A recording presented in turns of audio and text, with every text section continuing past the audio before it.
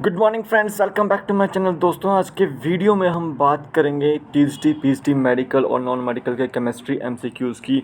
और हमने previous year questions चखे हैं, प्रीवियस ईयर क्वेश्चन पेपर लिया है। तो इस वीडियो को पूरा देखिएगा, एक एक करके क्वेश्चन को सॉल्व करने की कोशिश कीजिएगा और लाइक कीजिएगा, शेयर कीजिएगा, सब्सक्राइब कीजिएगा चैनल को। तो चलता हूँ फर्स्ट क्वेश्चन की ओर। उससे पहले आप 2010 का जो पेपर है टीएसटी नॉन मेडिकल का वो देख लीजिए और टीएसटी मेडिकल का वो देख लीजिए। दोनों के कंबाइंड क्वेश्चंस हैं यहाँ पे।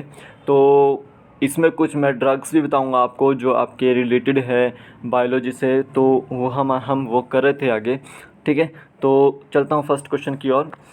अच्छा, आशा करता हूँ कि आपको क्वेश्चंस अच्छे लगेंगे। तो फर्स्ट क्वेश्चन है 2 gram of oxygen contain number of atoms equal to that contain in. ठीक है, तो यहाँ पर पूछा गया है आपसे 2 ग्राम ऑफ ऑक्सीजन जो है कंटेन करते हैं नंबर ऑफ़ एटम्स को। तो नंबर ऑफ़ एटम्स कैलकुलेट करने हैं आपको। तो नंबर ऑफ़ एटम्स कैलकुलेट करने के लिए फॉर्मूला यूज़ करेंगे।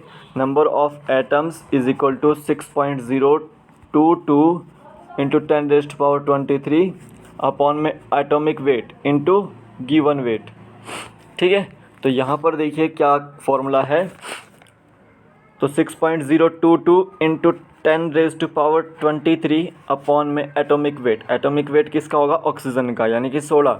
और आपका गिवन वेट कितना है? 2। ठीक है, तो आप इसको डिवाइड कर दीजिए। डिवाइड करके आपके पास जो आंसर आएगा वो आपका आएगा 4 ग्राम सल्फ़र। ठीक है, तो यहाँ पर जो ऑप्शन था बी ऑप्शन इसका राइट आंसर होगा, क्योंकि यहाँ पर 2 ग्राम ऑफ ऑक्सीजन पूछा गया था कि कितने नंबर ऑफ़ एटम्स कंटेन करती है। तो वो 4 ग्राम सल्फ़र एटम्स जो है नंबर ऑफ़ एटम्स कंटेन करती है। तो इसका आंसर जो आएगा वो यही आएगा, B option. Next question answer देखते हैं। Number of molecules present in 1 mole of water is. 1 mole of water में कितने नंबर ऑफ़ मॉलिक्यूल्स प्रेजेंट होता है? तो देखिए 1 मोल ऑफ वाटर का एटॉमिक नंबर 18, तो 18 ग्राम हो गया, तो यानी कि 18 ml हो गया। ठीक है, 1 मोल में तो 1 मोल ही होगा। तो 1 मोल में आपके 6.022 इंटू 10⁻23 मॉलिक्यूल्स होते हैं। ठीक है, तो 1000 ml होता है आपका कोई भी लिक्विड, और उसको 18 से हम डिवाइड कर देते हैं। तो हमें नंबर ऑफ़ मॉलिक्यूल्स निकालने हैं। तो नंबर ऑफ़ मॉलिक्यूल्स को हम 6.022 इंटू 10⁻23 से डिवाइड कर देते हैं। तो अगर हम इसको रीअरेंज करते हैं तो देखिए इसको आपस में मल्टीप्लाई करते हैं तो क्या आएगा?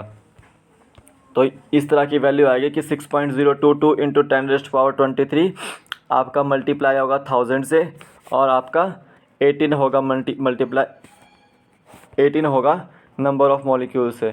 तो क्योंकि ये इसके मल्टीप्लाई में आ जाता है ना, तो ये डाउन में चल जाता है। सब्स्टिट्यूशन रिएक्शन देखनी है, तो इसको जब डिवाइड करते हैं तो हमारे पास ये आंसर आएगा कि जो आपका नंबर ऑफ़ मॉलिक्यूल्स है 1 ml ऑफ वाटर में वो 3.3 इंटू 10⁻22 है। सी ऑप्शन इसका राइट आंसर आएगा। कैलकुलेट करके देख लीजिएगा। नेक्स्ट क्वेश्चन देखते हैं। Considering the following elements boron, aluminium, magnesium and potassium, the correct order of metallic character. तो इसमें आपको 4 एलिमेंट देखने हैं। बोरोन भी देखना है, एल्यूमिनियम भी देखना है, मैग्नीशियम भी देखना है, पोटेशियम भी देखना है। तो करेक्ट ऑर्डर देखना है। तो देखिए यहाँ पर आप क्या फॉर्मूला लगाएंगे? तो देखिए मैंने आपको पहले बताया, डाउन द ग्रुप जाएंगे मेटालिक कैरेक्टर इंक्रीज़ होगा, तो और लॉन्गर पीरियड जाएंगे मेटालिक कैरेक्टर डिक्रीज़ होगा। तो फर्स्ट ग्रुप में जो आएगा उसका सबसे ज़्यादा मेटालिक कैरेक्टर, और जो लास्ट ग्रुप में आएगा उसका सबसे कम मेटालिक कैरेक्टर। ठीक है, और फर्स्ट ग्रुप का जो लास्ट एलिमेंट होगा वो उसका सबसे ज़्यादा मेटालिक कैरेक्टर होगा। ठीक है, तो बोरोन आपका, एल्यूमिनियम आपका एक ही ग्रुप के आते हैं, तो इनका जो है मेटालिक कैरेक्टर कम होता है, क्योंकि ये 13th ग्रुप में आता है मे भी। ठीक है, मैग्नीशियम आपका सेकंड ग्रुप में आता है, सेकंड ग्रुप में। ठीक है, तो यहाँ पर मैग्नीशियम जो है हो सकता है आंसर। पोटेशियम जो है आपका फर्स्ट ग्रुप में आता है। ठीक है, पोटेशियम आपका फर्स्ट ग्रुप में, तो पोटेशियम का सबसे ज़्यादा, फिर मैग्नीशियम का सबसे ज़्यादा, ठीक है, फिर एल्यूमिनियम का सबसे ज़्यादा, फिर बोरोन का सबसे ज़्यादा। ये होना चाहिए इसका क्रम। डी ऑप्शन इसका राइट आंसर होना चाहिए। ठीक है, तो डी ऑप्शन इसका जो है वो राइट ऑप्शन है। ठीक है, डी ऑप्शन इसका राइट आंसर है। क्योंकि metallic character down the group increase होता है और लॉन्गर पीरियड जाएंगे डिक्रीज़ होता है। नेक्स्ट क्वेश्चन देखते हैं। यहाँ पर हमारी कुछ कल ड्रग्स छूट गई थी तो हमने उसको कंप्लीट किया है। तो जो ब्रोमेलिन ड्रग है वो आपको पाइनएप्पल से मिलती है और ये क्या करती है, जो इन्फेक्शंस होते हैं टिश्यूज़ में, इन्फ्लेमेशन हो जाती है, उसको कम करती है। कैफ़ीन आपने सुना होगा, ये ऑब्टेन होती है हमारे को टी एंड कॉफ़ी से और ये सेंट्रल नर्वस सिस्टम को एक्टिवेट करती है। कैम्फर आपने सुना होगा, कफू कपूर जिसको बोलते हैं, कैम्फर ट्री से ऑब्टेन होता है और ये लोकल ब्लड सप्लाई जो होती है उसको हेल्प करती है। ठीक है। कोकीन जो है आपका कोकुआ से मिलता है हमारे को, कोकुआ से, एंड एक तरह से ये एनाल्जेसिक है। ठीक है, एनाल्जेसिक। उसी तरह से कोडीन जो है वो एक तरह से ओपियम से मिलता है और ये एनाल्जेसिक है और रिड्यूस करता है पेन को। एनाल्जेसिक का मतलब क्या है कि वो जो रिड्यूस करता है पेन को। ठीक है। मॉर्फिन है, मॉर्फिन भी आपको ओपियम पोपी से मिलता है, ये भी एक तरह से एनाल्जेसिक है और ये कंट्रोल करता है पेन को। ठीक है। तो ये कुछ ड्रग्स थी जो मैंने आपको बतानी थी, वेरी वेरी वेरी इंपॉर्टेंट है आपके paper of point of view से, तो इसको देख लीजिएगा। नेक्स्ट क्वेश्चन देखता हूँ। The recently discovered element meitnerium belongs to, meitnerium जो है आपका 109 होता है और ये किस ब्लॉक से बिलोंग करता है। तो देखिए इसको क्या करेंगे आप, माइनस कर दीजिए इसमें से 32 माइनस करेंगे तो कितना आ जाएगा आपका आंसर, 77 आ जाएगा। 77 कुछ आ जाएगा। ठीक है। 77 में से माइनस कीजिए 32, 5 और 45 में से माइनस कीजिए 18 माइनस करेंगे 15 और 8 7, 27वां किस में आता है, डी ब्लॉक में आता है। तो यही ऑप्शन होना चाहिए इसका, ऑप्शन इसका सी, ऑप्शन इसका राइट आंसर है, डी ब्लॉक। ठीक है। तो डी ब्लॉक जितने भी है वो ट्रांस एक्टिनेलाइड है, रेडियो एक्टिव एलिमेंट है ये। ठीक है। जो 109 वाला जो है ये आपका रेडियो एक्टिव एलिमेंट है जो डी ब्लॉक में आता है। तो मैंने आपको क्रम बताया है कि कोई भी आपको जैसे एलिमेंट आ जाए उसमें से पहले 32 घटाइए, फिर 32 घटाइए, फिर 18 घटाइए, फिर 18 घटाइए, फिर 8 घटाइए। ठीक है। 8 18 18 32 32। ठीक है, इस तरह से। तो ये आपको याद रखना है, फॉर्मूला एक तरह से ट्रिक। नेक्स्ट क्वेश्चन देखते हैं। Which of the following has highest boiling point, highest boiling point किसका है इनमें से। तो देखिए यहाँ पर आपको याद रखना है कि जब डाउन द ग्रुप जाएंगे तो बॉइलिंग पॉइंट इंक्रीज़ होता है, अलॉन्ग अ पीरियड जाएंगे तो बॉइलिंग पॉइंट डिक्रीज़ होता है। ठीक है। तो यहाँ पर देखिए नाइट्रोजन पहले आता है, फिर फॉस्फोरस उसके बाद, फिर आर्सेनिक उसके बाद, फिर एंटीमनी उसके बाद, फिर बिस्मथ उसके बाद। ठीक है। तो देखिए यहाँ पर आपका नाइट्रोजन भी है, एंटीमनी भी है, आर्सेनिक भी है, फॉस्फोरस भी है। तो सबसे ज़्यादा किसका मेल्टिंग पॉइंट होगा, सबसे कम अमोनिया का होगा, फिर आपका इंक्रीज़ होगा PH3 का, फिर आपका ASH3 का इंक्रीज़ होगा, फिर सबसे ज़्यादा किसका होगा, SBH3 का। यहाँ के ऑप्शन के मुताबिक SBH3 ऑप्शन इसका डी, ए ऑप्शन इसका राइट आंसर है। ठीक है।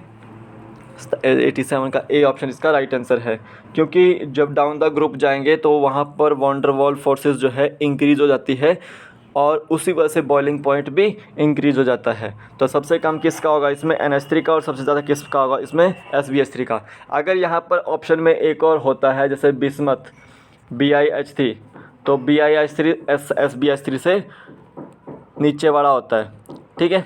तो BiH3 का सबसे ज़्यादा होगा। ठीक है। यहाँ पर ए ऑप्शन इसका राइट आंसर है। The conjugate base of HPO4 is, H2PO4 is. यहाँ पर आपको कंजुगेट बेस बताना है HPO4 का, H2PO4 का। तो देखिए हमें क्या कंजुगेट बेस में क्या करना है, आपको एक हाइड्रोजन को रिमूव करना है। ठीक है। हाइड्रोजन को रिमूव करेंगे, H बचेगा, PO4 नेगेटिव यहाँ पे पहले से ही होता है तो यहाँ पे 2 नेगेटिव हो जाएगा। ठीक है। जब एसिड की बात आएगी कंजुगेट एसिड की तो आपने क्या करना है, वापस उसमें हाइड्रोजन को ऐड कर देना है और यहाँ से नेगेटिव साइन एक कम कर देना है, H2PO4। सो डी ऑप्शन इसका राइट आंसर है, HPO4। यहाँ पे PO4 आएगा। ठीक है, 2 नेगेटिव। नेक्स्ट क्वेश्चन देखते हैं। The percentage of lead in lead pencil is, जो लेड पेंसिल होती है उसमें लेड की परसेंटेज क्या होती है। हम बोलते हैं कि लेड पेंसिल है, लेकिन वो लेड पेंसिल नहीं होती, उसमें लेड नहीं होता, उसमें ग्रेफाइट होता है। ठीक है, तो वहाँ पे परसेंटेज 0% होगी लेड की। ए ऑप्शन इसका राइट आंसर है। नेक्स्ट क्वेश्चन देखते हैं। Water gas is a mixture of, water gas किस चीज़ का मिक्सचर है। वो है आपका कार्बन मोनोऑक्साइड और डाई हाइड्रोजन का मिक्सचर। सी ऑप्शन इसका राइट आंसर है। इसको वाटर गैस को आप सिन गैस भी बोल देते हैं। ठीक है, सिन गैस भी बोल देते हैं। नेक्स्ट क्वेश्चन देखते हैं। Among the following molecules with highest dipole moment, इनमें से कौन सा मॉलिक्यूल है जिसमें हाईएस्ट डाइपोल मोमेंट है। सिंपल सी बात है, जहाँ पर कार्बन के साथ हाइड्रोजन की पोलैरिटी ज़्यादा होगी। ठीक है, तो वहाँ पे आपका हाईएस्ट डाइपोल मोमेंट है। तो जो कार्बन के साथ हाइड्रोजन की पोलैरिटी कहाँ पर ज़्यादा है, ए ऑप्शन में। ठीक है, ए ऑप्शन में। तो इस तरह से फॉर्म करेंगे ना आप इसको, CH3 CH3 CH3 और यहाँ पे Cl की ओर जो है प्रोजेक्ट करेगा कार्बन एक इलेक्ट्रॉन की ओर, इलेक्ट्रॉन को। ठीक है, तो यहाँ पे कोऑर्डिनेट बॉन्ड बनता है। तो इस वजह से क्या है आपका CH3Cl। ए ऑप्शन इसका राइट आंसर है, क्योंकि यहाँ पर हाइड्रोजन की पोलैरिटी ज़्यादा है कार्बन के पास, बाकियों में हाइड्रोजन की पोलैरिटी कम है। यहाँ पे 2 है, यहाँ पे है ही नहीं। तो यहाँ पे डाइपोल मोमेंट सबसे ज़्यादा किसका होगा, CH3Cl का। ए ऑप्शन इसका राइट आंसर है। नेक्स्ट क्वेश्चन देखते हैं। Which of the following alkali metal chloride is expected to have highest melting point. देखिए, जब भी बात करते हैं बॉइलिंग पॉइंट या मेल्टिंग पॉइंट की, वो क्या बोलते हैं, जब डाउन द ग्रुप जो है जाते हैं तो वो इंक्रीज़ करते हैं। लेकिन जब अल्कली मेटल क्लोराइड की बात करते हैं, अल्कली मेटल क्लोराइड की बात करते हैं तो उस केस में जो है आपका हाई मेल्टिंग पॉइंट जो है वो डिक्रीज़ ही होता है। ठीक है, डिक्रीज़ ही होता है। तो यहाँ पे कौन सा ऑप्शन इसका आंसर सही होगा, तो हाईएस्ट पूछा गया है। Li आपका बाद पहले आता है, फिर Na आता है, फिर K आता है, फिर Rb आता है। तो डिक्रीज़ किसका होगा, सबसे कम Rb का, और हाईएस्ट किसका होगा, Li का। ए ऑप्शन इसका राइट आंसर है। लेकिन ये अल्कली मेटल क्लोराइड के ही कंपाउंड है। ठीक है, अल्कली मेटल क्लोराइड के ही कंपाउंड है। लेकिन अगर हम बात करेंगे किसी और कंपाउंड्स की, तो उसमें डाउन द ग्रुप जो जाएंगे उसमें इंक्रीज़ होता है। लेकिन अल्कली मेटल क्लोराइड जहाँ भी होगा वहाँ पर मेल्टिंग पॉइंट जो है डिक्रीज़ करता है डाउन द ग्रुप। ठीक है, ये चीज़ आपको याद रखनी है। तो आज के वीडियो में कुछ क्वेश्चंस यही थे। अगर आपको अच्छे लगे हों तो प्लीज़ मेरे को कमेंट सेक्शन में बताइएगा। ठीक है, और आपको क्वेश्चंस मैं देता हूँ कि नेशनल इनकम जो है वो कौन कैलकुलेट करता है, NSO करता है या CSO करता है। तो आपको इसका कमेंट सेक्शन में आंसर देना है। तो आज के वीडियो में बस इतना ही। कल फिर मिलूँगा एक नए वीडियो से, तब तक के लिए जय हिंद, जय भारत।